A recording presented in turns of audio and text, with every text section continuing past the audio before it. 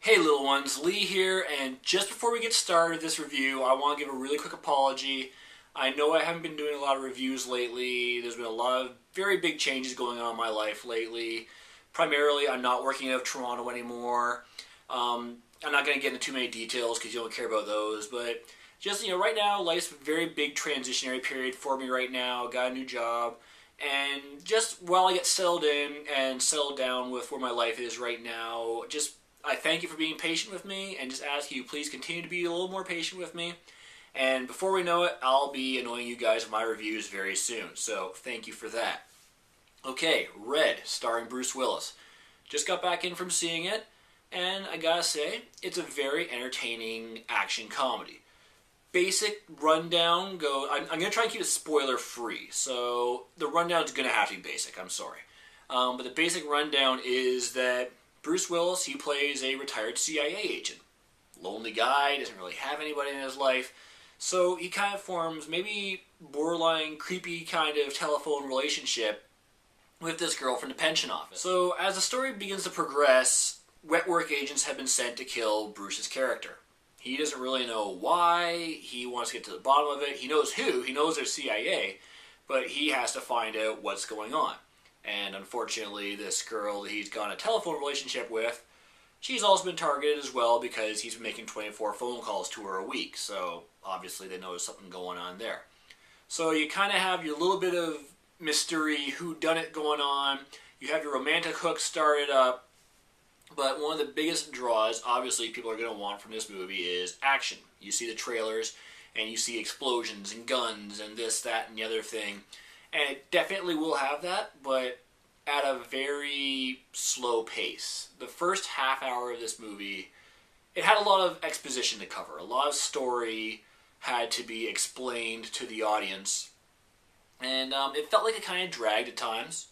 I mean, anyone who saw a trailer knew there was going to be gunfights and explosions, and you wanted to get on with it. You wanted to enjoy the gunfights and explosions. But yeah, exposition had to happen. It just felt like it really went on for a little too long. Like, it was good, but it could have been condensed a little more. It felt like they were really padding it, like how I'm padding this right now.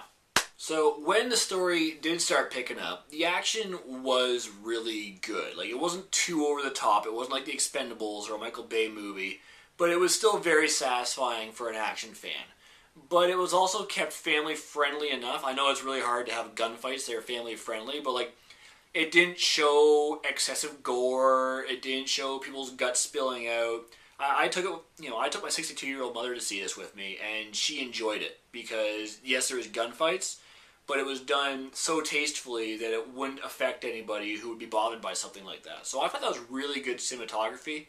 They didn't need gore and blood and guts to tell this story, and they knew that. And instead of just being excessively violent for the sake of it, they wanted to focus on the plot. And I thought that was really good. The comedic aspects of this movie were very well handled, I thought anyways. Most of it was very subtle.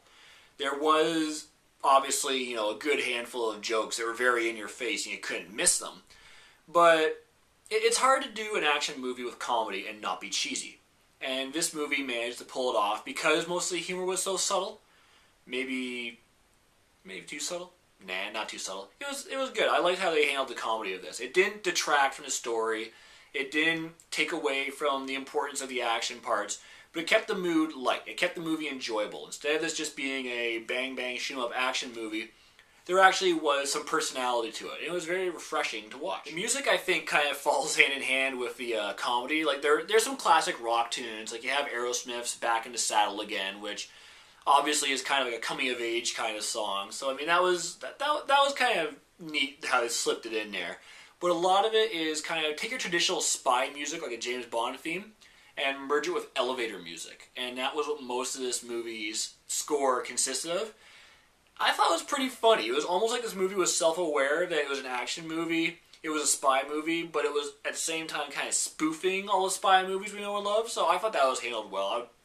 I would chalk the music up to the comedy, and it suited nicely. The entire cast gave very good roles. I mean, I wouldn't say they're all believable characters, but they had all the bases covered. They had the comic relief characters, they had the deep characters, they had the aging sex bombshell. I guess that's what we're kind of going for with her. But like everything was covered in this movie, all the character types. So with that expansive palette, it really gave the writers a lot to work with. And the writers did a very good job. None of the characters were overly obnoxious or you hated them. They had just enough stereotype to kind of let you know what kind of character they were.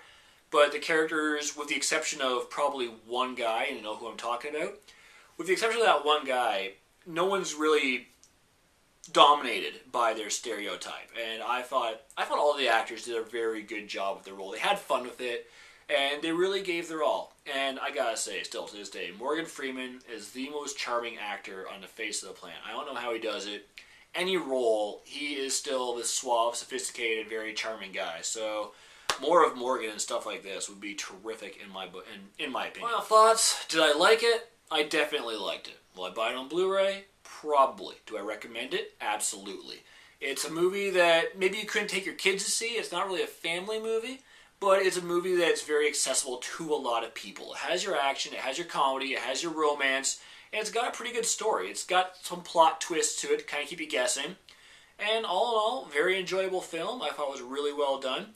Maybe not movie of the year, maybe not comedy of the year, but definitely a very enjoyable movie. It's not too hard, but it's not too fluffy. It just feels good to watch this movie. So go check it out, have fun with it. Full written reviews on liveandlimbo.com. Leave a message, let me know what you think, and we'll see you guys next time.